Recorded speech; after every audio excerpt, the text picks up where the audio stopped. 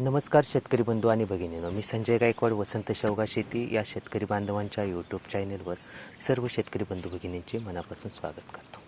शेतकरी मित्रांनो, आज आमच्या कुटुंबावर एक आणि संकट कोसळलेलं आहे आणि त्यातून उभं राहत असताना मागील काही 8-10 दिवसापासून आम्ही फार या दुःखाच्या छायेत होतो. म्हणजे हे संकट नैसर्गिक नव्हतं, तर हे अनावधानानं आमच्यावरती त्याचा घाला म्हणजे ते आमच्यावरती कोसळलं होतं आणि त्यातून उभं राहत असताना आणि तुमच्या पुढे येत असताना थोडं आम्हाला थांबावं लागलं. आणि मागील काळामध्ये सुद्धा आम्ही ह्या शेतामध्ये उन्हाळी दिवस हे असे असतात की शेतीमध्ये खूप आपल्याला मेहनत घ्यावी लागत असते. म्हणजे सूर्याबरोबर उठायचं आणि शेतावर यायचं आणि अंगावर घेऊन आपल्याला दिवसभर राबावं लागतं. तसंच आम्ही सुद्धा ह्या मातीमध्ये राबणारे आमचे हात उन्हाळाभर राबून आम्ही हे पीक हिवाळी आणि उन्हाळी असं दोन्ही बहाराचं आम्ही अचूक व्यवस्थापन करत असतो. तर हे जे तुम्ही पाठीमागं पीक पाहत आहात याचा आम्ही हिवाळी बहार घेऊन उन्हाळी बिया तयार केल्या आणि उन्हाळी बिया तयार केल्यानंतर एप्रिल मे बहार व्यवस्थापन करत असताना आम्ही या पिकाला फार म्हणजे अगदी आम्ही सूक्ष्म बारकावे अभ्यास करून आम्ही शेतीमध्ये कोणत्याही चुकीला जागा देत नाही. अशा पद्धतीने आम्ही शेतीमध्ये कामांचं एक आराखडा तयार करून काम करत असतो. पण यावेळी थोडं वेगळंच घडलं, कारण आमच्या शेजारी जी डाळिंब बाग आहे त्या डाळिंब बागेचा आमच्या घरातीलच आहेत, पण त्यांच्याकडून अनावधानाने ते घडलं. त्या डाळिंब बागावर जे पानगळीचं औषध फवारलं गेलं त्याचा या आमच्या शेवगा पिकाला इतका त्रास सहन करावा लागला. म्हणजे आमच्या शेतीची उभ्या चाललेल्या 22 ओळीमध्ये जी रचना आहे त्या अगदी शेवटच्या ओळीपर्यंत 22व्या पहिल्या ओळीपासून 22व्या ओळीपर्यंत पूर्ण शेत म्हणजे आज 6400 झाडांची ही लागवड, ही आमची 6400 लेकरं पूर्ण म्हणजे पूर्ण पानगळीनं अगदी उद्ध्वस्त झालं शेत.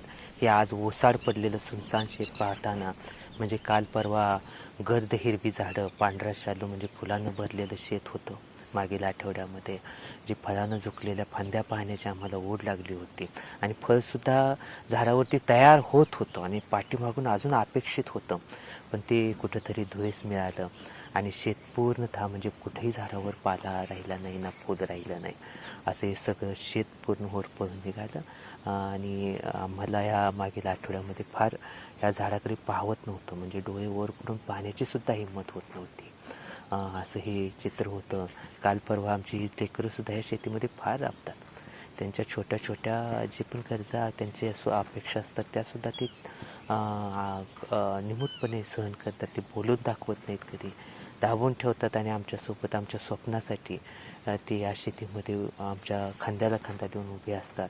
ते या ज्या गर्द हिरव्या सावलीमध्ये कधी ह्या झाडामध्ये थोडा विसावा घ्यायची, त्या शेतावर आज कुठं बसायला थोडी जागासुद्धा उरली नाही, तरी पण आम्ही ह्या संकटातून सुद्धा बाहेर पडत आहोत. कारण आम्हाला हे काही नवीन नाही, म्हणजे आम्ही याहून भयंकर संकट अंगावर घेतलेली आहेत आणि त्यातून आम्ही बाहेरसुद्धा पडलो आहे. तर हे सुद्धा संकट आम्हाला ह्या वर्षी थोडं वेगळंच संकट उभं ठाकलं होतं, पण हे सुद्धा आम्हाला यातून पुन्हा अजून अधिक बळ देणार आहे. म्हणजे आम्ही पुढच्या काळामध्ये तुमच्यासमोर येणार, अजून याहून अधिक चांगले प्रयोग आणि हे शेत उभा करून तुमच्यासमोर घेऊन येणार आहे.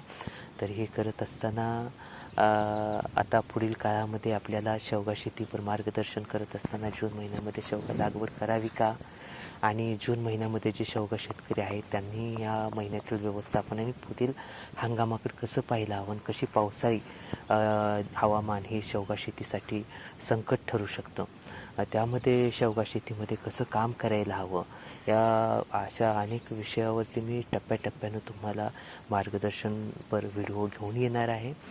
आणि आजच्या व्हिडिओमध्ये मी इथंच थांबतो. पुन्हा भेटूया.